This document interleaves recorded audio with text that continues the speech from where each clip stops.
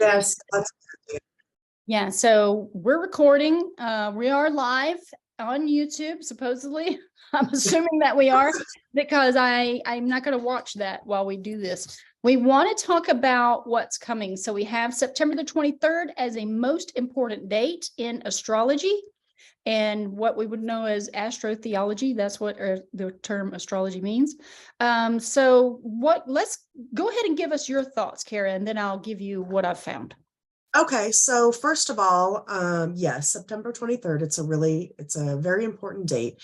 Now, it's not always on the 23rd. It can be on the 22nd. In fact, I've pulled up, the past several years of dates so that we can understand when it falls. Now, the interesting thing about this year is that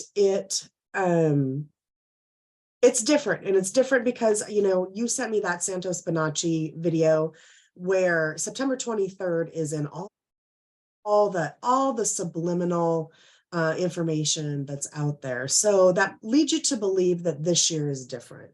Well, first of all, on the equinox, let's talk about that. The sun moves across the equator, so from the northern hemisphere. And what that signals is the light moving to the dark, okay? So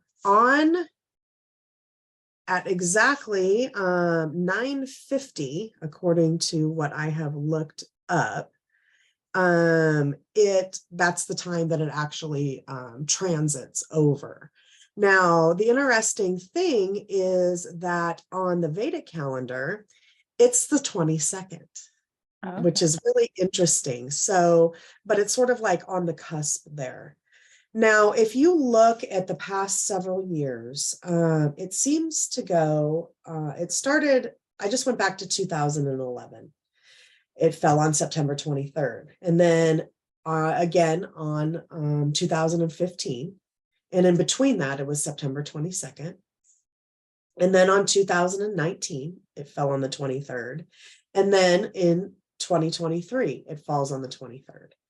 Now, the interesting thing about this year is that the 23rd is on a Saturday. Saturday is for Saturn. Mm-hmm. It's also,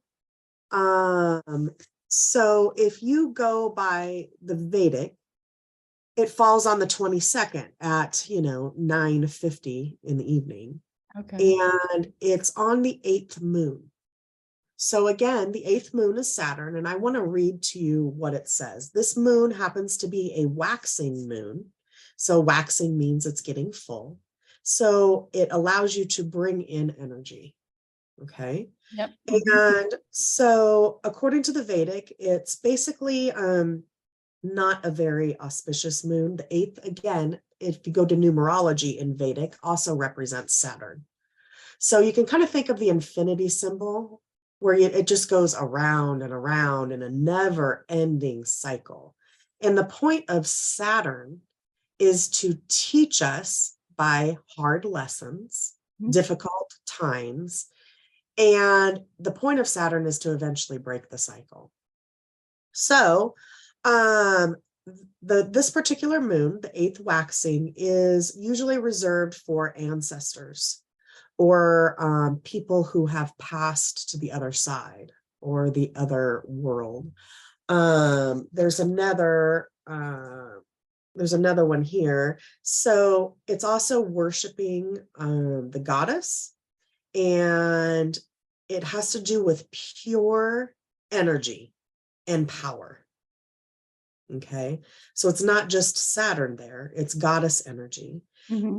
And the particular nakshatra that it's under, now a nakshatra is a constellation.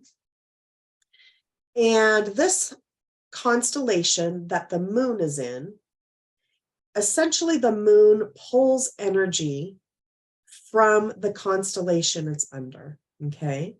And it also, the power of the moon, the particular phase it's in, again, it's the 8th waxing. So that gives a particular energy or influence. So the constellation is known as Mula, and Mula is the center of the Milky Way, the very center. That was where we were at, I believe, during 2012. Okay, when the whole energy shifted, it wasn't, the end of the world or anything, but it was a change. Okay, something changed then. And Mula has to do with the root, the core of everything. Okay, and it is influenced by the goddess of destruction. Now, we can take that two different ways. And remember, this world is a duality. And so we can take it as destroying the old and to bring in the new, because, you can't make room for something new if you're filled with a bunch of old garbage. Okay.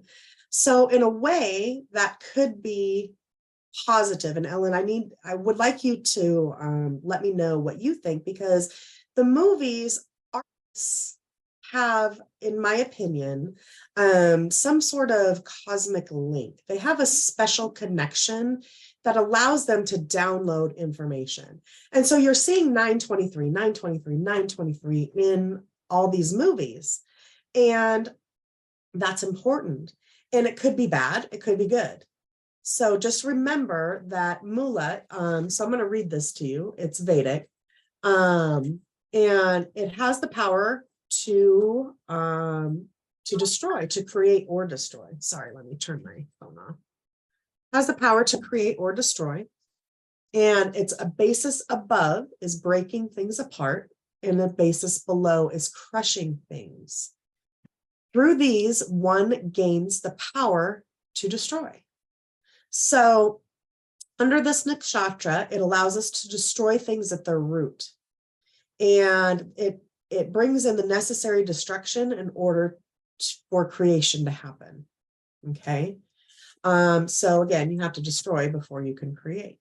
So just let me listen to you for a second about your thoughts on, what's in the movies, and, is it influencing? And again, in my opinion, I think it's both, and it can be taken either way. So you have, these powers that be. Remember, these powers that be can use these energies for a particular end, but so can we. So let me just stop there and let you kind of chime in. Well, from my perspective, as you mentioned, we are always in duality, always. There's never one greater than another. It's all just based on perspectives. So with the movies, what I've recognized is that the movies have replaced the oral tradition that used to be handed down by the shamans, by the elders of the tribes. And the movies are now what the story is. Like, we need to be paying attention to the movies because they're telling us the story in using this medium, because that's all it is a medium to tell a story. And even though it's based in fiction, mostly, there's a lot of truth that can be disseminated from the different themes that are shown in the movies. And just looking at what you had described for this term Mula, I'm going to share my screen real quick and just show you in etymology what this actually means. Let me close all my little boxes. I'm going to leave our little window up. Mula is a title given in Muslim lands to one learned in theology and sacred law in the 1610s from Turkish mullah, or Persian and Urdu mullah, from Arabic maula, master, or waliya, reigned or governed. Now, down below, of course, we know that mullah has been used for money, which is tied to the moon, as we know. Just the sound frequency alone will dictate what its association is with. And this Santos Bonacci goes over a lot of different words and terms and what their associations are.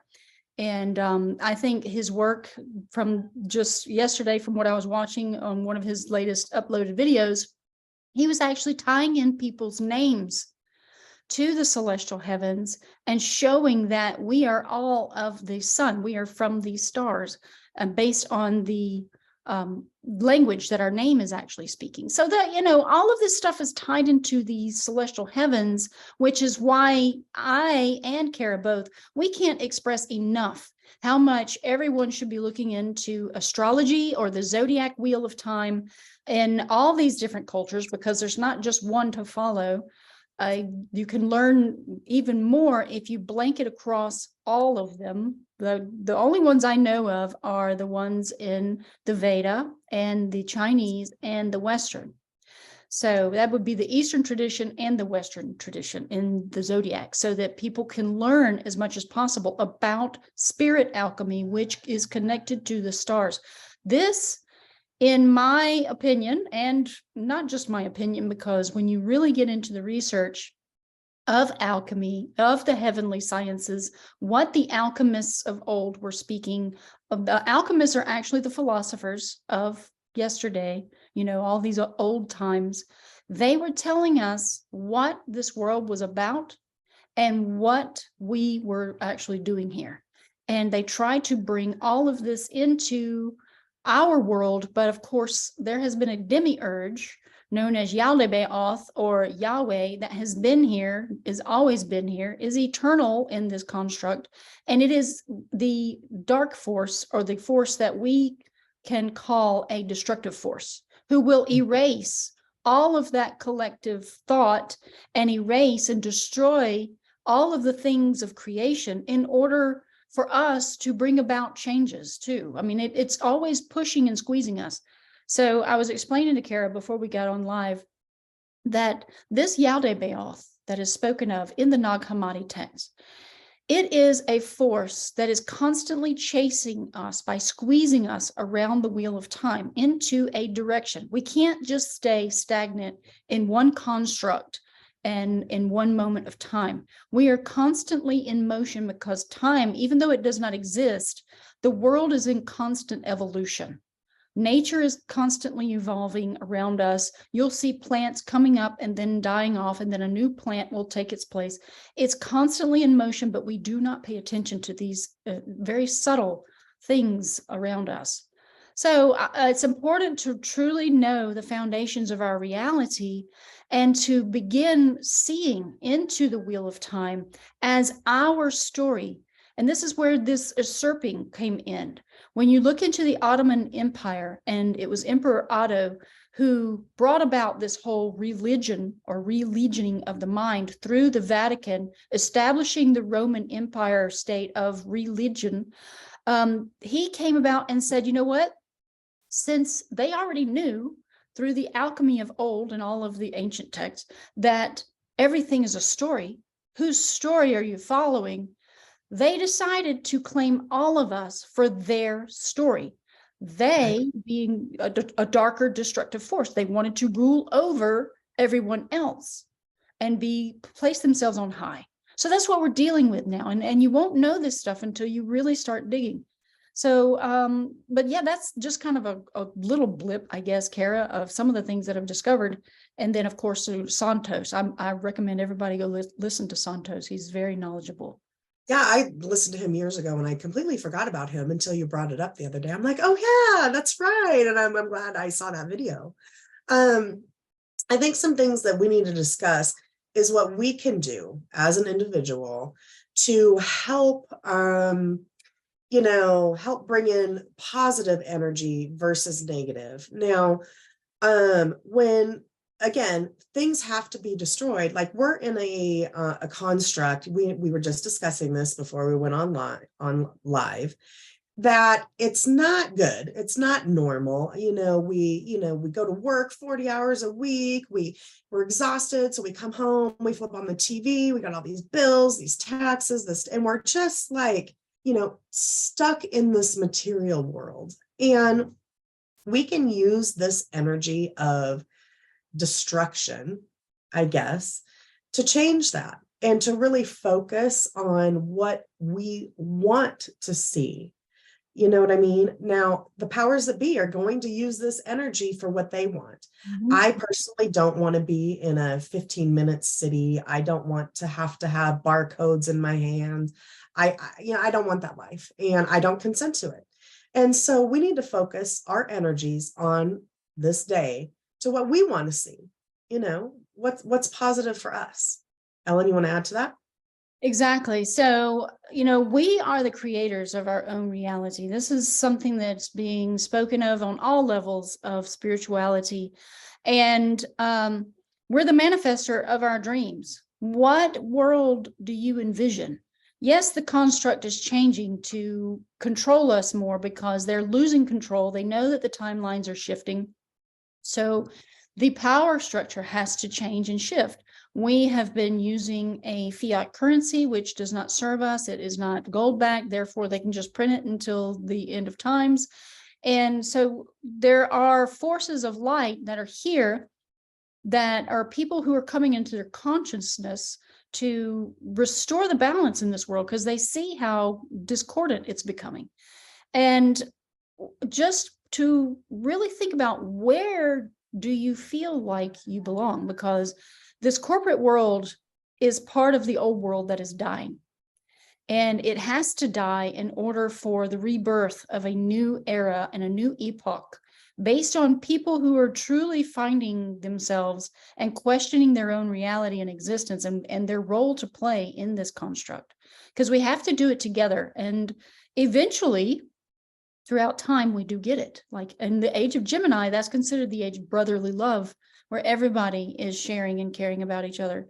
And we've got a long ways to get there, but let's start now. Let's plant the seeds of change now and discover who you truly are and what your true purpose is. Because when we go against our soul, it makes us very, very unhappy. And I know that this is something that I've been able to, and Kara and I are discussing this, that we just can't go back to the old world the way it used to be. We're trying to figure it out because obviously you still need to make money while in this construct, while in this world. And it's very hard when you're like, I don't want to be a part, I don't want to support this dynamic the way it's been done. And I do sense, Kara, and I'll tell you this because I do have my consciousness in many different groups and fields and other people. I'm getting a sense of what's on the rise it's in the undercurrent of our world. And that with this change of the financial system, as it gets destroyed, it's going to cause a lot of fear in people. But at the same time, there is a safety net that is actually being developed. It's about to go live, and it is going to save people. So I do feel like we're going to have the universal basic income is coming for everyone, where everybody makes the same amount so that we will be able to have the necessities to pay for our living expenses and all of that. At the same time, there's a slow rollout of free energy that's on the rise. I've seen it in every corner of the internet and I've been following it for years, about it was called the global BEM. So it's the Breakthrough Energy Movement. They've been meeting in, I believe it was Norway or somewhere over there with an N. I know there's another nation with N, and I can't think of it right now, but there's one of those nations. They were meeting there every year, ever since like 2009 or 2010. And it was all the developers for these free energy devices and things. And they've been trying to discuss how to get past the patent offices, because the only way you can get your product out to the world is through a patent. But actually, no, that's only if you want to profit off of something. If you give something for free, then you open source it and let everybody in on the deal, and everybody can take off with it. And then guess what? No one can stop them. And that's what has been discussed multiple times. But that would be amazing. But let me tell you really quick, in Nevada, they have discovered huge deposits of lithium. And as you know, lithium powers all the, Tesla cars, the Tesla batteries, all that technology, which is highly toxic. These batteries, firemen are instructed not to put out a car that's on fire, that's electric, because it will make the fire, they can't put it out, essentially. It just has to run its course. They're just getting approval north of Nevada on an Indian reservation. They found a huge deposit on the border there, and they're going to mine it. And down south, it is nothing but mine, mine, mine, mine. And they're ripping open the earth for this resource that is not renewable. It is not like fossil fuel, where fossil fuel is a renewable resource. And people have absolutely no idea, if they're really to do the research, how toxic these electric cars are. They're horrific. And not to mention, we knew somebody that did work out there in Tesla. And when you're riding, you're like riding on a giant cell phone. And you know the warnings that, have come out just with the little EMFs coming from the cell phones. You're riding on this battery and it's circling inside your car. They don't even know the ramifications on the human body. They don't know. And yet this technology is out there. So we desperately, desperately need this free energy, because this lithium, it's not sustainable. It's highly toxic, and it's just not good. So what's interesting about that, I had my suspicions about those Tesla cars, and apparently they are developing some sort of, I don't know if it's some sort of barrier. I got in a Tesla car and I had my EMF meter to try to do, because I'm like, this thing's surely giving off all kinds of crazy readings. No, absolutely it did not, which was interesting. The only readings, the high readings that I got from the middle of the car were like towards the center of the dashboard. So at that part where the windshield meets the dashboard, it started actually getting into a higher number. But when you were sitting in the seat, you couldn't get any readings. And then walking all the way around the car. What's that? I wonder if they have it shielded in some way. I'm sure they have to. They absolutely have to, because people would fry and die just by driving it if they didn't. I don't believe in these cars. I absolutely do not believe in their technology that they're coming out with. What they're doing is they're destroying nature again. When you look out at the solar panel fields and these the wind turbine fields, they're destroying nature in order to have those things. But the wind turbines, when they break, they have to throw them away, and they just take like 60 gallons of oil each. They break all the time. They're made out of plastic, toxic crap. It's ridiculous. And they don't even move half the time. They kill birds, and they kill, and their movement at night, they kill bats. There's like this whole thing where they're moving at night and they just kill bats. The bats don't know that they're moving like that, and it just kills them. So again, ecologically, it doesn't make sense with the technologies that they're trying to sell us as good and beneficial. They are there's something I want to mention really quick about the Tesla cars before we move on from that. I had a friend who knew somebody who worked there for years and was high up, and things are very compartmentalized there. So in other words, this worker is never allowed to work with this worker, et cetera, et cetera. And he said the technology that they have in those cars, they can record you up to, and they do record you up to 30 feet away. And all that information is put into the cloud. And, if you fart in the car, it can tell you what you ate. It can tell you all this insane information. Yeah. And why? Why do we need that? Why do we need that? We don't. Don't need that. No, I mean, it's just insanity. So it's all about stealing your essence, about your soul essence. This demiurge wants your soul. They do not want you to leave the construct, because if you leave the construct, then they don't have anything to feed off of. And this is why they've been collecting souls. So, everything we do in this plane of existence has implications in the spirit realm. And just based on our choices, if we choose darkness, then we remain in darkness, and we remain with the darkness. And darkness equates to ignorance as well. It's not just bad things, it's things that are hidden from us, like the spirit realm. They don't want us to know about the spirit realm. They don't want us to know about our own innate capabilities. Because as long as we remain in ignorance, they can control us and rule over us. And this is why it's so desperate. Now that the light is being shown all over the darkness, it's making a mad scramble to try to regain control. What do? You just start changing the game. And so the game that they are trying to run ahead of us with is this technology. And I believe this technology has existed for millions of years, if not, hundreds of thousands of years. And we're just discovering it. Yes, because, if you just imagine for one moment that this existence is a spiral staircase. And this staircase evolves with time, because everything is cyclical. Everything in this existence that is spiraling vortices of energy. Now, there are those who are not conscious in their awareness of higher things and higher mind, as we see with, them trying to dumb people down with Kardashians and nonsense online. This is another part of just keeping people in darkness, because all you can do is be held back in your ascension. That's what time is there for. Let me stop in for a second. This particular energy of the Mula Nakshatra relates to it's not a planet, but it's a node of the moon. It's called Ketu, and it's pictured with a headless being.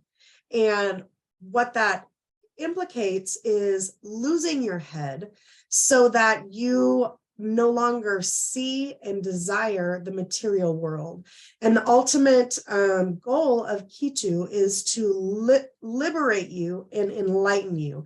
It liberate you from this cycle that we're in that keeps us coming back to this, earthly plane, and enlighten you so that you don't desire, all these material things. That's amazing.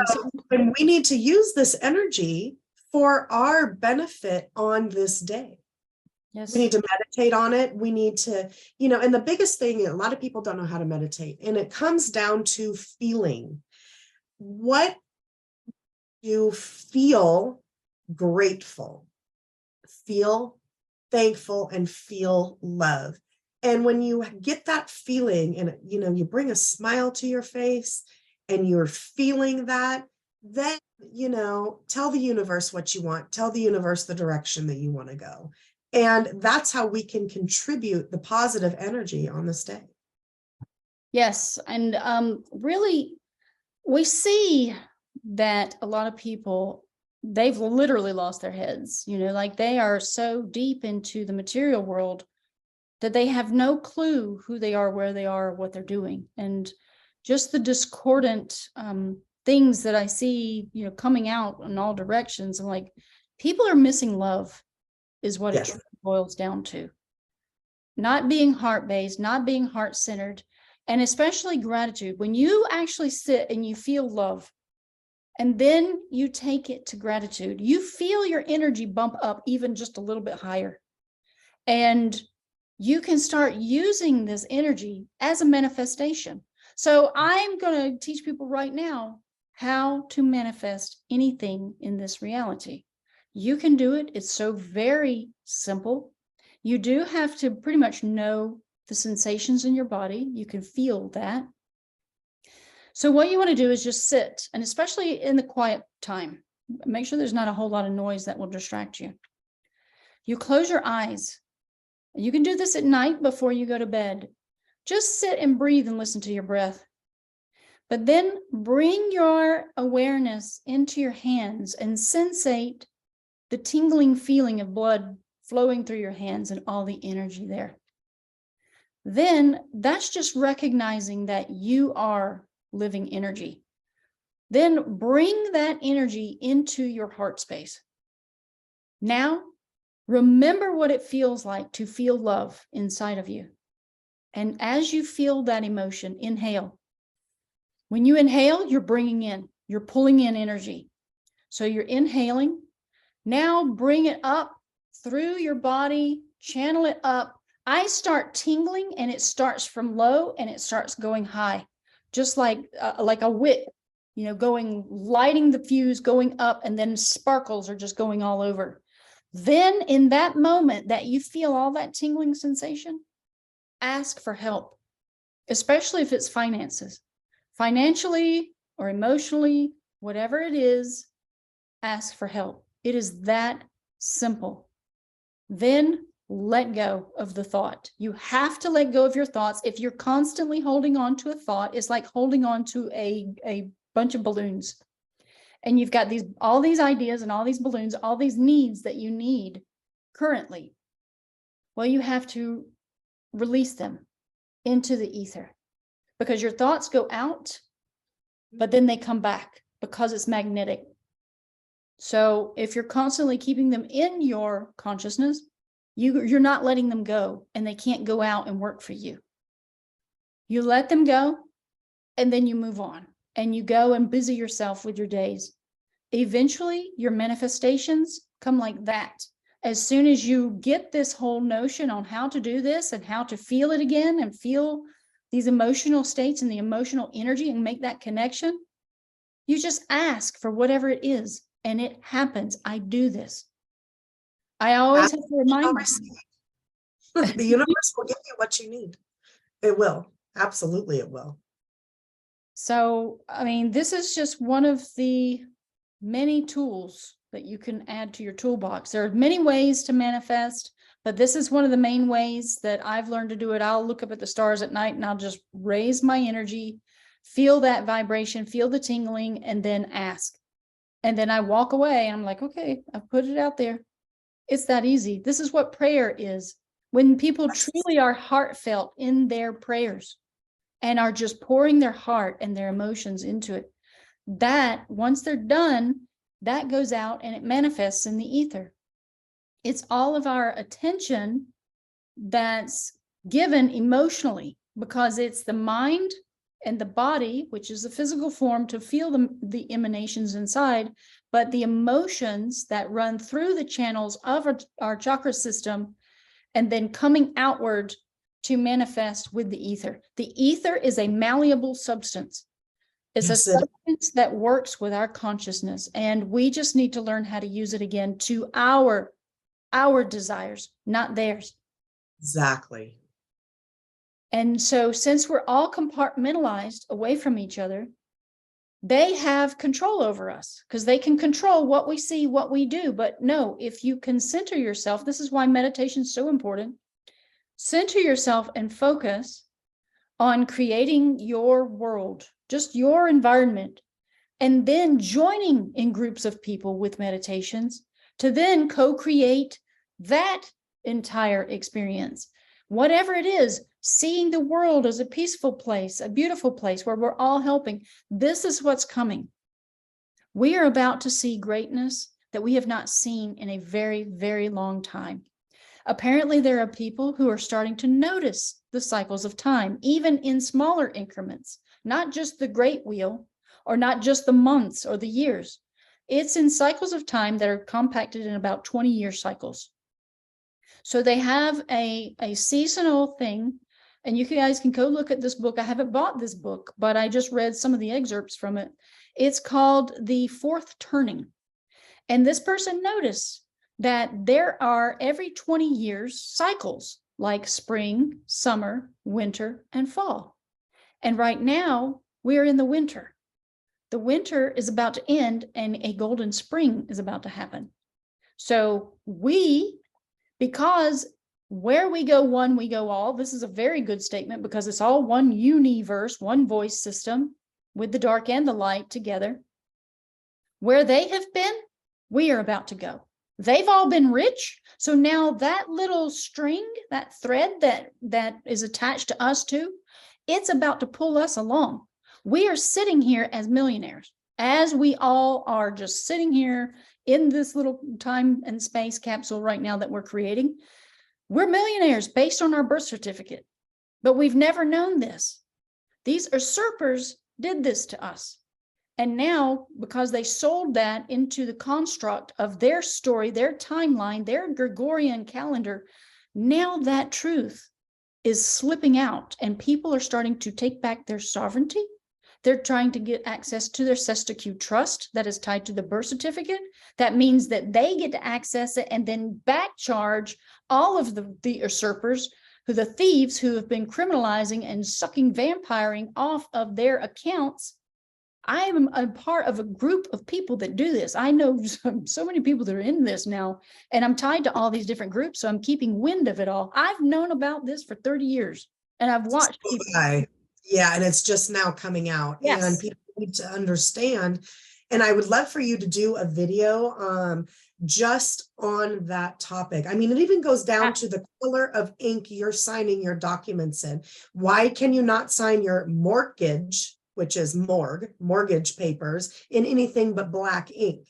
Yes. You know, all this, That's it's huge. energy. Once people understand energy, we are going to be able to just blow the lid wide open on this whole thing. And there's nothing that can stop us when we understand how to harness our energy. Yeah.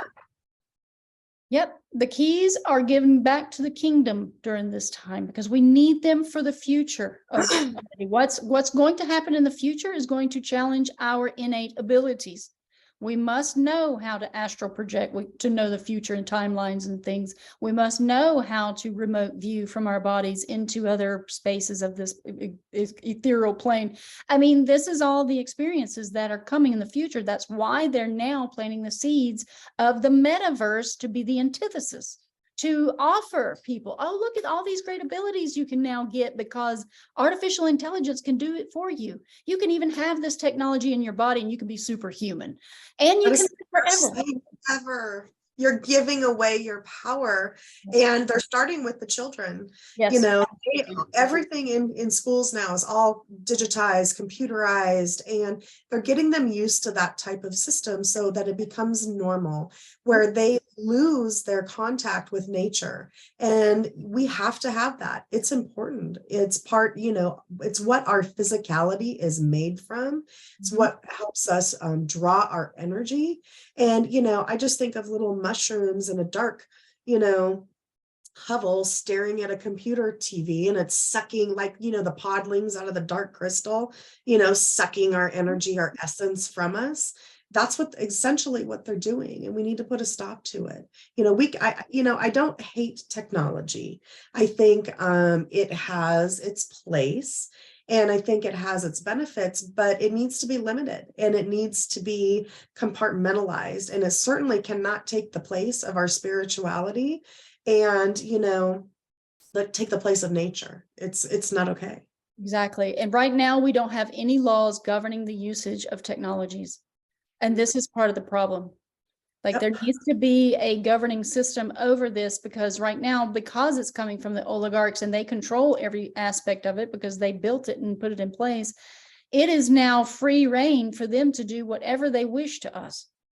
And I've seen it. Oh, let me, do I have that? I don't think I have it on my computer. Anyway, I was going to show you briefly about the flock safety. I can go to their website. Let me just show you what this is, because everybody needs to know about this. And I'm only going to talk about this briefly because this isn't really what we were talking about today. But just to put the awareness out there of these polls that are popping up everywhere. I'm going to get this website up. Okay. While you're doing that, Ellen, I just want to mention something really quick. You know, when you're talking about energy and light and technology, just being on the computer with the light spectrum it has and the energy that it's giving off, it puts our body in a state of stress. It's very minute, not noticeable, but it physically changes us. And if you want to stop that, or at least heal from it, go outside, take your shoes off, and ground yourself in the earth. Dirt is best. Wet dirt is ideal, but if all you have is grass, that's fine. It will help rebalance you. We need to learn techniques that in this electric universe that, you know, this technological universe that we're in, we need to learn to bring balance so we can heal our bodies. So anyway, go ahead and go on.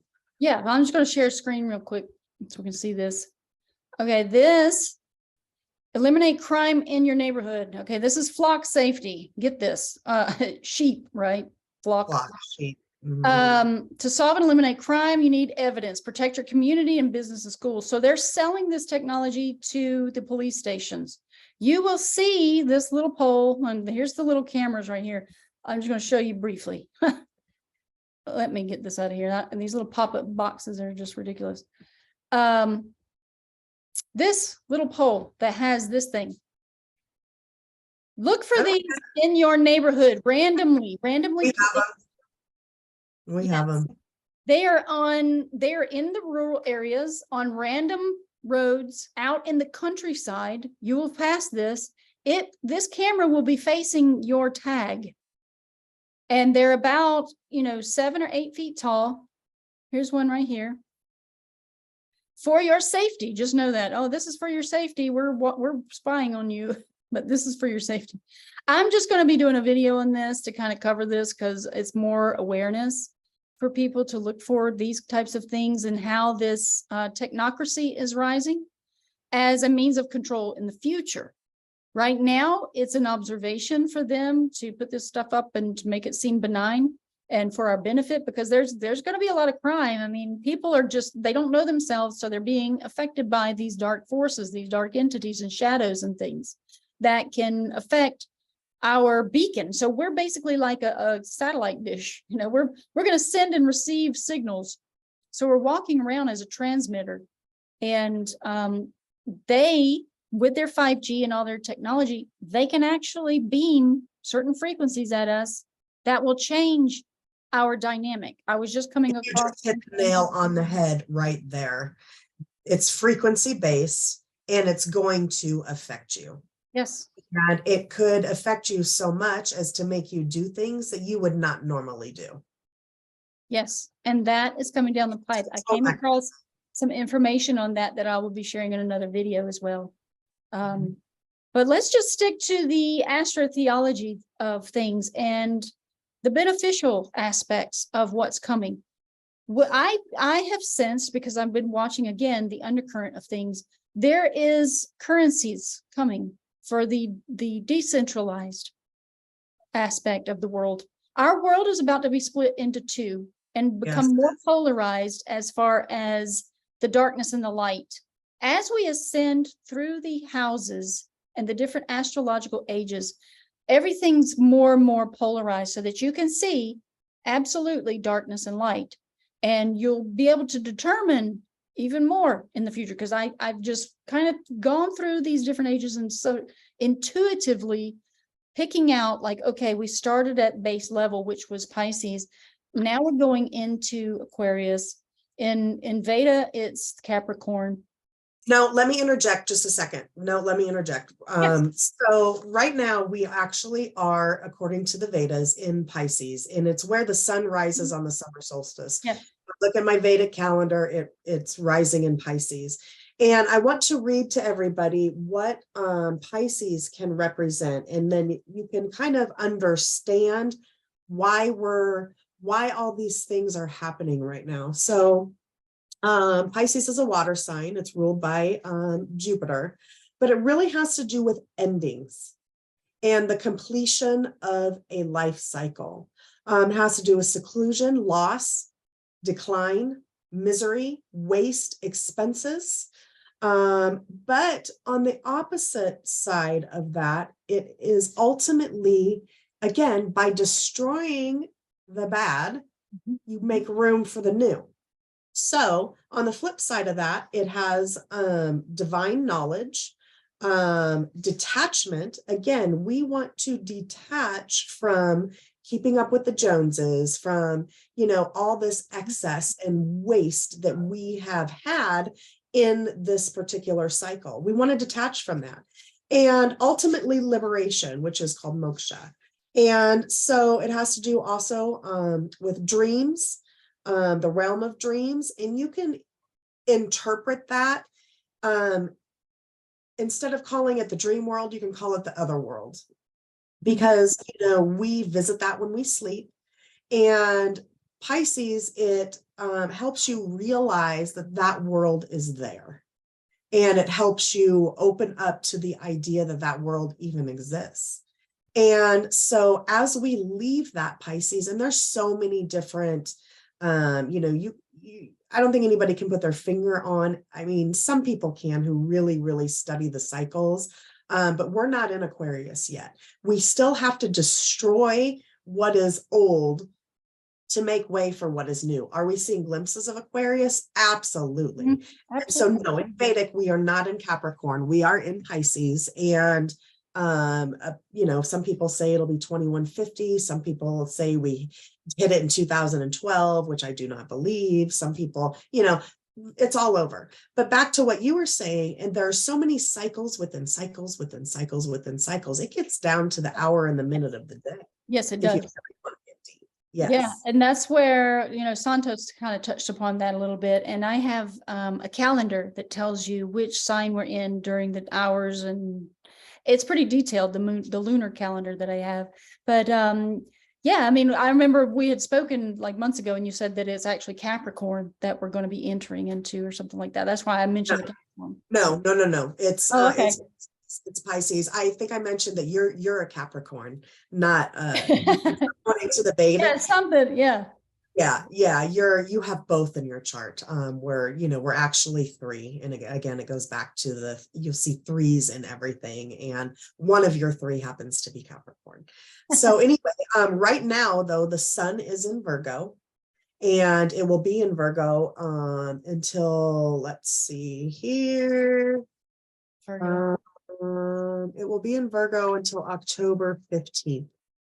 And what Virgo is, so why that matters is you want to know what the energy of this particular sun, what it has as it moves south. So I'm going to read to you what Virgo is. So Virgo is an earth sign and it has to do with Mercury. That's the planet that rules. And so you want to talk about communication.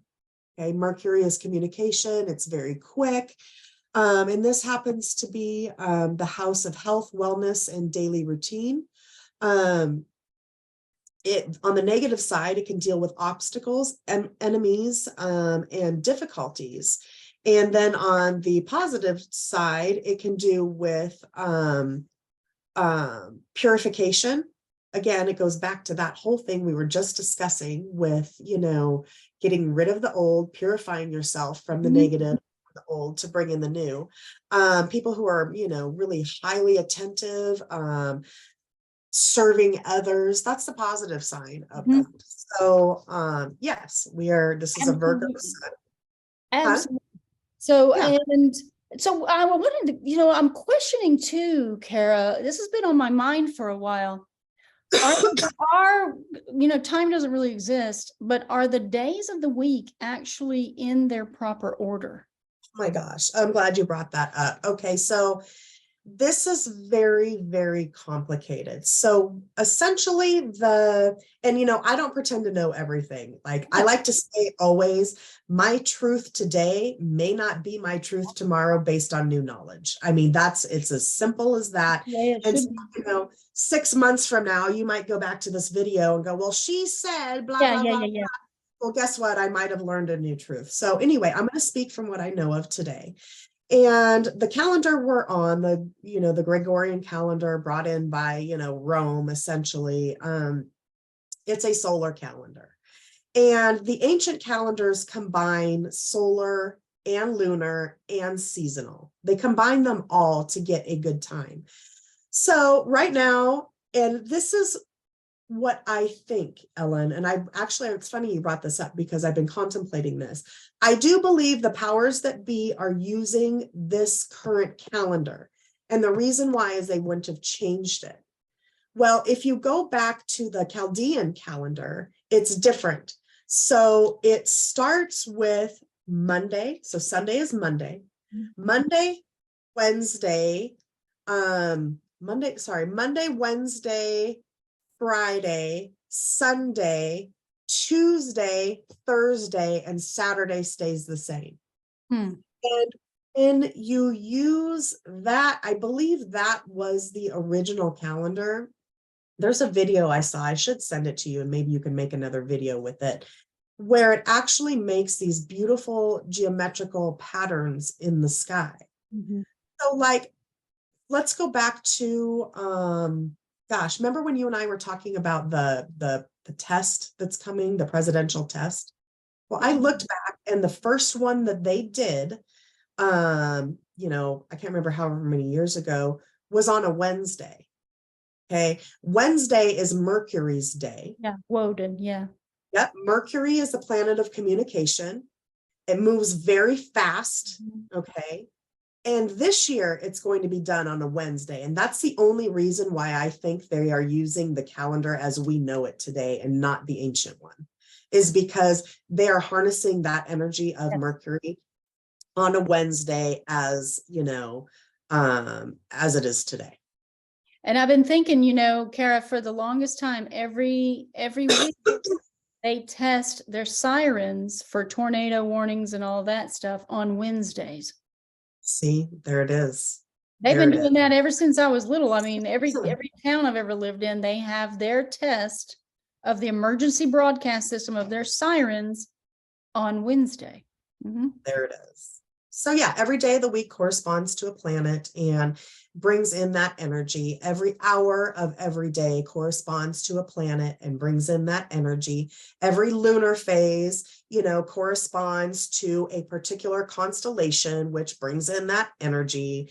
I mean, it is so complicated, so intricate. You could spend a lifetime studying and still not know it all.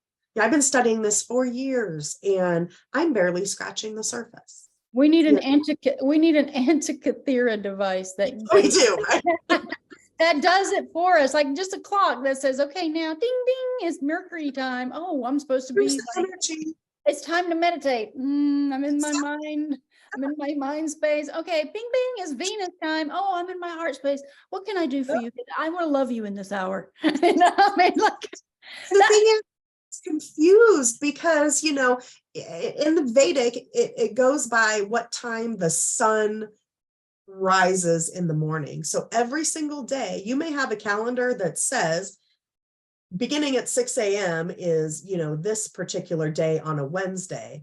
Well, it's actually, that might be an overview, but it changes every day, every season, based on what I just said, the season that we're in and the time and when the sun rises. So the sun's going to rise maybe at 6 a.m. in the summer, but it might not rise, until 7:30 in the winter or whatever. So the hours, they change. Well, that's where this whole AI computer learning can actually decipher it for us, Yeah, it could. Technology could be beneficial. Yes, that's another way that it can be a benefit to humans. So, but we have to be very careful. It is a tight wire that we're going to be walking with this technology. And also, when we acquiesce to give up our biometrics, our palm scan, our facial scan, our iris scan, our blood, everything, when we give up all of this, all we're doing is saying, yes, you can come invade me in whatever manner. It's inviting the vampires into our lives. When we stand against it, it doesn't work. That it has to be destroyed, because then they go, okay, nobody's listening now. So what are we going to do? Okay, well, we have to retract this. But as people acquiesce to everything they demand, this is how we keep marching forward into the darker timelines. And if we just say, no, I'm pushing back from that, I'm not going to. Voting with your mind, your will, is the ultimate power. And it is. And there are people now, like, for instance, there are places that are not accepting cash. That's our legal currency. And there are people that are saying, I'm going to give you this exact change. I'm going to take my item and I'm going to walk out of the store. You do what you want. And, that's the kind of thing we have to stand up to what we believe in and what we know is right. If you think something is off, don't do it just because everybody else is doing it. And, don't be a sheep. You need to be, an individual, exert your will, and they have no choice but to change with what we want. Yes. As more people actually realize and step into their true power, this is what it means to be Christ-like, to be like Jesus, to walk in the light and the golden light of the sun. All of these things, exert your power. Don't give in. Don't just bend and bow to the whims of the oligarchs who have created all of this dystopian society that's now coming. We have the power to just turn everything around to our favor. It's our world. It's our construct. We get to choose what to do. We can't constantly listen to someone else telling us and dictate our lives. Speaking of golden, I know where you got that Capricorn from. The golden age was actually ruled by Capricorn, according to, the history, which of course is Saturn. So, and again, everything has a duality. Saturn is no exception. And it happens to be that the powers that be are harnessing the negative aspects of Saturn, when ultimately Saturn is here to teach us, it's to teach us how to break free of all of that. So anyway, so Well, I guess Saturn is the ruler of this construct. He is, when you truly get into alchemy and you're looking at what these alchemists of old said about Saturn, the alchemists are also philosophers. They knew and studied this with a fine like microscope. They're like, Saturn is our world. Saturn is the construct of time. It is allowing us a time to come here, take a physical form, and to have these experiences. And when we leave, we're just out of the experience and we're free of the construct. So it's like coming into the arena. It's also, you can think of it being symbolized by the arena of Rome, where they put the person in and there's tigers around, and they have to somehow live through that experience. And when they do, it's like, okay, now I'm free of the experience. Same concept. But you have to ask yourself, why do we come back? So I believe and I'm still not, to the bottom of this, but I believe we come back for a couple different reasons. One, because we still have desires to fulfill. Let's say, again, ultimate freedom, or what they call moksha, is getting rid of all desire. Absolutely desire for nothing in the material physical world. So I might desire to have a ranch. I might desire to have a super fancy vehicle. And so we come back to fulfill those desires. We also might be tricked into coming back, say from guilt, okay, I did this to somebody and so now I feel bad and, all of those things. So now I have to come back and make it right. I mean, I think when we're here, our goal is to try to really make right things that we feel guilty for, ask for forgiveness, and move on, let it go. And desires, I don't necessarily know whether you're supposed to,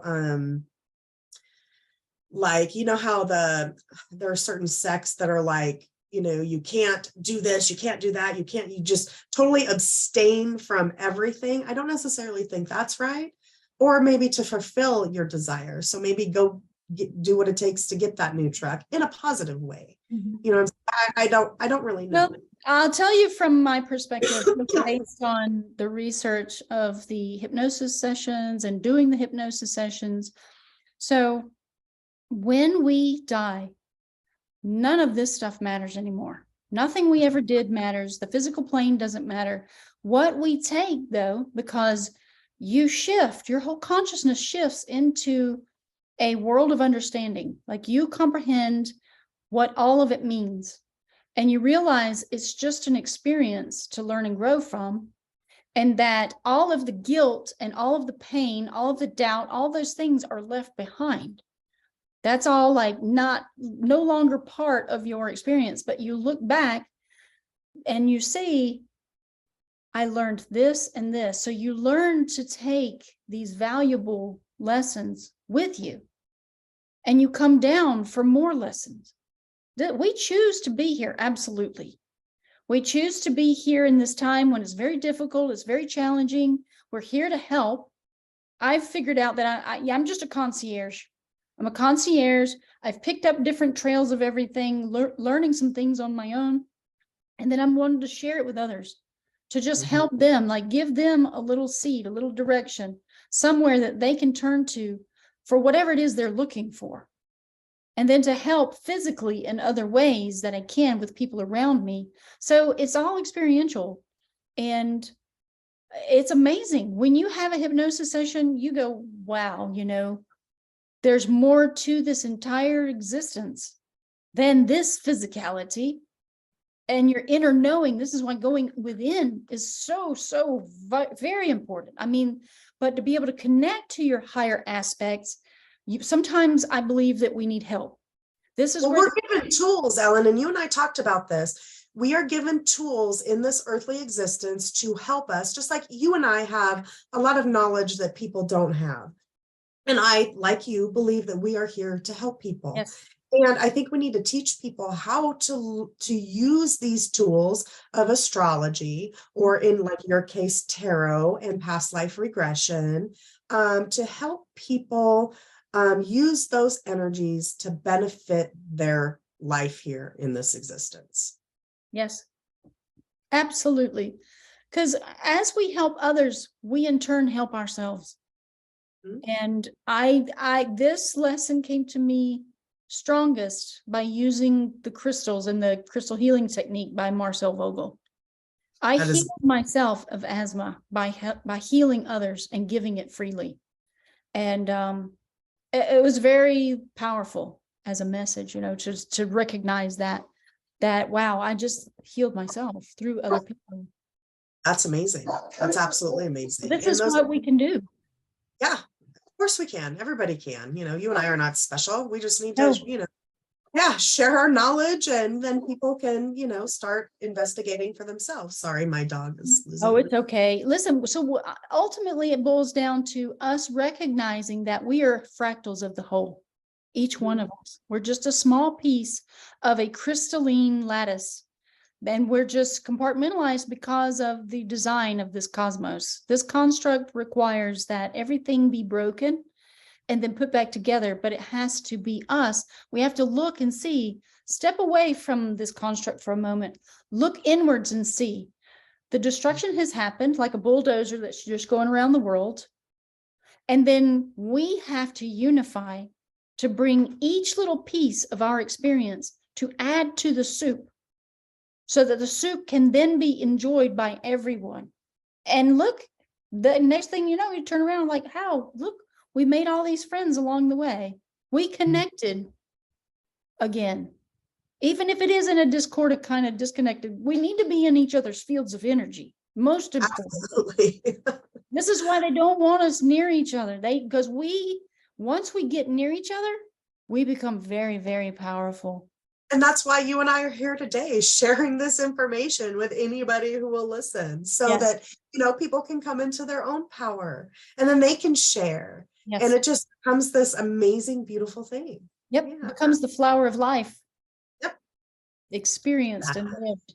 Yeah, it's amazing. We've been on for an hour, Kara. I don't know if you want to do any tarot or anything like that. We can maybe do that. I think you and I need to start, doing that on a regular basis. We talked about that. So let's bring it out. So Kara and I have been discussing about doing tarot, offering tarot for donations. So we will do individual readings. We're not going to do it today, but because we're still in the discussion phase of this, because we want to collaborate. We want to prove that people can just share and there's no competition needed when it comes to, different types of ways of making money and whatever. But we want to do it for the benefit of humanity, but we are going to be asking for donations when we do offer this as a service to people. So I'm just going to shuffle my cards, and we will be announcing that date in the near future so that people can join us live, and we'll be able to do tarot sessions for people, do little readings and things. And we'll just leave it to you what you want to donate. But since we're not doing that now, we're just going to pull some cards. And now I have some cards. They are the Goddess Tarot. I don't know if my thing is probably backwards. Yeah, my share screen is backwards. It's the Goddess Tarot. It's probably the real way we're supposed to read because our language is backwards right now. But it's funny you mentioned that children naturally read from right to left, and you have to correct them to read from left to right. And that goes back to, you're exactly right. We don't, in the ancient languages like Sanskrit, you read left to right or right to left. It's actually down to up too. So from below to above in the heavenly realm. But then when you think of it in terms of, okay, so we're going right to left, what that represents is east to west, which would be into darkness. Instead of going towards the light, we're going towards darkness. Right? Everything is symbolic. Energy, guys. You guys need to learn how to use your energy. And everything is ties back to the wheel of time. Everything in this. Everything. So that's why I say it's so important to start learning this stuff. All right. Well, did you want to do a card pull first, or you want me to go first? No, I don't even have cards. Oh, okay. I did not. You know what? I can get mine. Hang on. Just a second. Yeah, I'm going to go ahead and just kind of, what I do normally is I'll spread these out, and I don't really have any space right here because I'm sitting in my director's chair. I spread them out and I feel the energy emanating from a card. And usually I will feel either a magnetic sensation, a heat sensation, or I'll get a little tinge of an electrical shock in my fingers when I move my hand over the cards. And based on that guidance is when I will stop. But in this moment, I'm going to intuitively just pull a card that kind of jumps out at me, because that's what you can do when you just kind of look at them and it goes, oh, pull that one. Then you just pull it out of the deck. You sensate, you use your emotions, your feelings to do these kinds of things. And now I'm going to just pop one up. I feel like it should be in this batch right here. Okay, here's a trifecta. So we're going to pull a trifecta. And this one, and based on my intentions, is based on this 23rd thing that is happening on Saturday. All right. It's important to set your intention for sure. Yes, everything is about that. So I'm going to have to change my mirror screen, my video. I'm going to turn it off so that I can show the cards to the screen. So what I have here is the 8 of Swords. 8 of Swords are being depicted. Now, swords are important, and so are the numbers. The number 8 is an eternal shape. It is also like the Ouroboros that is eternally circling.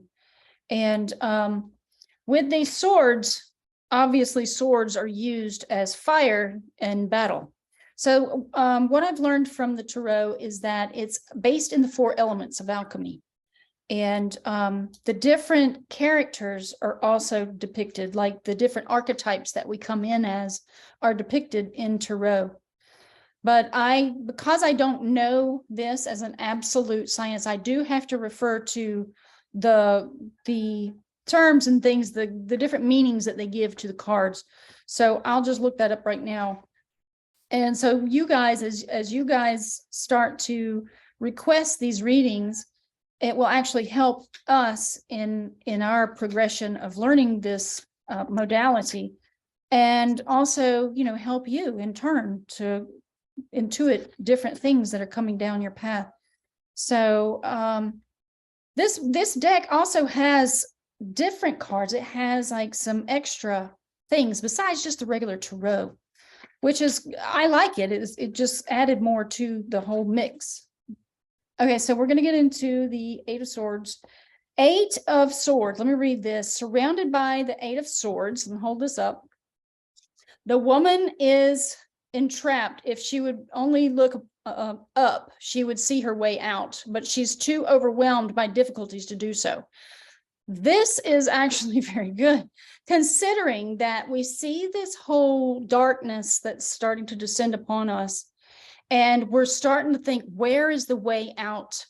With the centralized banking system that's starting to get into our world and start to take over our system of banking and the way we transact with money. I mean, it seems like there's no way out, but all we have to do is always look up. This is the trick. The heavenly light realm is above us. So what do? You ask for help and you connect to that higher aspect that is part of you. And you can divine for your own future when you get good enough. You become intuitive in this manner and you can get your way out.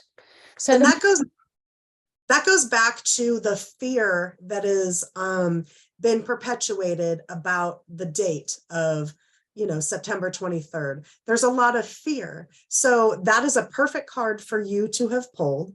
You know, people are afraid, they've got their heads down, you know, she's terrified, and we don't have to be afraid. You know, it doesn't matter. We are all going to die. It doesn't really matter. You know, we are not going to get out of this construct alive. And so look up.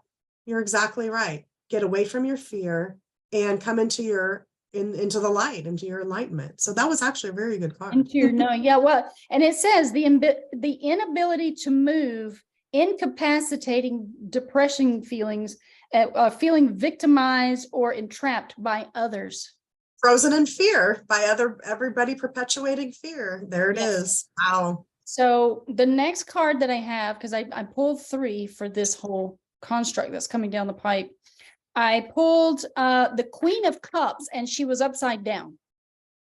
Now, cups has everything to do with water. It is the element water, and it means pouring out, obviously, of that cup. So let's see what it says about the Queen. The full moon is a halo around the crown of the majestic Queen of Cups. I'm going to turn her upright so that you can see. She has a full moon over her head. And this is the majestic Queen of Cups, and her regal, mysterious being inspires people to look within to nourish their souls. So moon is the mind, and it's your emotion, and it's how you feel about whatever situation you're in. And remember, guys, you can control your feelings. You know, you can take a situation and you have a choice to decide whether you're going to do X, Y, and Z. So, okay. And so here we go with the rest. I've got to read the rest of this meaning. The mastery of all that Venus and the suit of cups represents, which is art. It's the beauty of intimacy and love, the ability to express love, to nurture others, an older woman who inspires others to live harmoniously. Reversed is overwhelmed by emotions that need sorting, need to take control of these feelings. So that's what that is. A lot of people anticipating all of this negativity that's coming down the pipe. Now, the third one that I have is the King of Staves. And a stave is a wand, and it represents air, because it as magic represents mind. This is what staves represents. So here we go. The King of Staves. He's regal and expansive and energizing, and he is the King of Staves, and he's the epitome of the sun's power. He has the ability to inspire others to grow because of his enthusiasm. It's a dynamic, stable enthusiasm, mastery over busyness and the business ventures, the ability to bring ideas to fruition. So this is what's coming. This is on the other side of this financial collapse. This is us. So remember, it talked about the sun and light. Yes. So, and the sun is also willpower. In other words, it's telling you, you have the willpower to get to the light and to overcome all this darkness. Yes. But the sun is the golden light that we are trying to achieve. When we truly turn inwards, we are trying to find the yellow brick road, which is the golden light, the golden path of virtue. This is what's spoken about in the great work. If you go into philosophy and the philosophers of alchemy and things, you will find that the great work represents everything to do with the sun. It's about polishing your stone, the alchemist stone, to a golden sheen, which is your character traits that are flawed. Your darker traits, the things that are negative in your aspects that don't serve you or don't serve others, bringing back the virtue in yourself, you then in turn bring virtue back to others. So in astrology, the sun represents the soul. It represents your ego. It represents yourself. And so when you're talking about your sun sign, your sun sign goes for, usually 12 weeks. Okay. And it is your purpose here on this earth. And it's like your pathway. So that's something to think about as well. Yes, because the solar plexus is what all of the other planes are emanating around. We have a toroidal field emanating from our body, and each plane is represented as a specific field of energy that radiates outwards around us. And that solar is shining. As you see the rib cage in a human, it represents the rays of the sun wrapping around the sun. It's like emanating outwards and going up. It's fascinating how the body is created after the universe, the one voice system. Oh, So every piece of our body is represented by a planet and gives particular influence. Absolutely, 100%. 100%. Because we were manufactured in the construct of the universe. I mean, that's the image. Part of the stars. Yeah, so go ahead. You want to pick some cards? I did. I thought that was pretty good. I'm gonna let you. Oh wait. It was pretty spot on. You know, you're not gonna want to. We're not gonna want to use these ones. What's wrong with that? This is interesting. So I've never pulled this deck before, and it's all symbols. So we're gonna stick with yours today. Oh, okay. Yours today. We'll talk about this when we get off the phone. That's interesting. Symbols, okay. That's a good one. Well, I was reading this tarot session was actually quite spot on. It has been so eerily like spot on whenever I pull cards. Whenever I did this reading for someone just randomly. This person called me at the blue. They knew they spoke to my friend who has a store in my town, and my friend said, "Oh yeah, go get a tarot reading. She can tell you something." I sat and I talked with this woman about her problems first in a kind of a therapy session. And then I pulled her cards. Her cards, it told her exactly what I had just said. I was like, you can't make this up. You cannot make that up. It's the divine energy coming down. For anybody who thinks that this is evil or bad, absolutely not. And in fact, the Bible is full of astrology. And maybe, you know, next time I can refer a few passages that even tells you, you know, the stars, their 4 signs and seasons and things. And we're supposed to use these tools because they've been given to us in a positive way, you know, and Ellen and I are using them for the positive, not the negative. Yes. Absolutely. There you go. So you got to look at, you know, everything that's going on in your life. I mean, sometimes you'll get a reading and it's all this negative stuff, but it's only for you to recognize the light within you and what you can do to change the different aspects that might seem dark.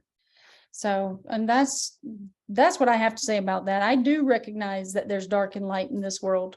And it may seem like a lot of the content on my channel is very dark, but it's only to get people to recognize, hey, look, these things are out here. Raise your awareness up to another level so that you can then center yourself and say, I do not consent to this. This is not my reality.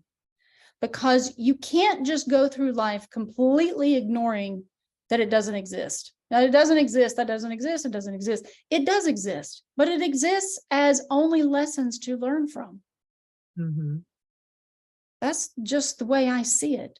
But awareness, because we don't want to be tricked or trapped by any of this other stuff, because they can do this to us if we're not aware. I don't want to be tricked or trapped in Saturn's time realm. It's a time capsule. So I want to get out, and that's why I'm like, let's elevate, illuminate, let's share, let's collaborate, create is what we do. Yeah, we create every day with our choices. Every choice we make, we are creating a specific energy. Yes. And, you know, we can start making good choices instead of living in fear. And that's the bottom line. Absolutely. So nothing to be afraid of, guys. No, not at all. So we just wanted to share a little bit with you about what's coming, and don't be afraid of anything. I mean, it may seem ominous, but it's not about fear. So I don't know how long you wanted to go, Kara, but. You know, I think we're good for today. And, you know, we're going to start doing this just so you guys know on a very regular basis. You know, Ellen and I, we love bouncing things off of one another, and it's fun, and it's really good to put this information out. So yes, I mean, we work well together. We're always having these awesome conversations. We get deep into our conversations, and we want to start bringing people into our journey when we have these conversations, because I'm like, we need to be recording this. We just talk on the phone and it's like, oh my gosh, like there's so much good information here. Why aren't we sharing it? Now it needs to be just like, maybe whenever we just feel like talking to each other, we need to just go live, you know? That's exactly what we need to do. Because we go into amazing stuff. Even if you got kids running around in the background and dogs barking. Dogs, kids, whatever. journey. So, all right. Well, thank you, Kara. Thank you for joining me. And I'm so excited that we're, going to be working on this collaboration. I think it'll be fun. It will be. It'll be a blast. Okay. Talk to you later. Bye.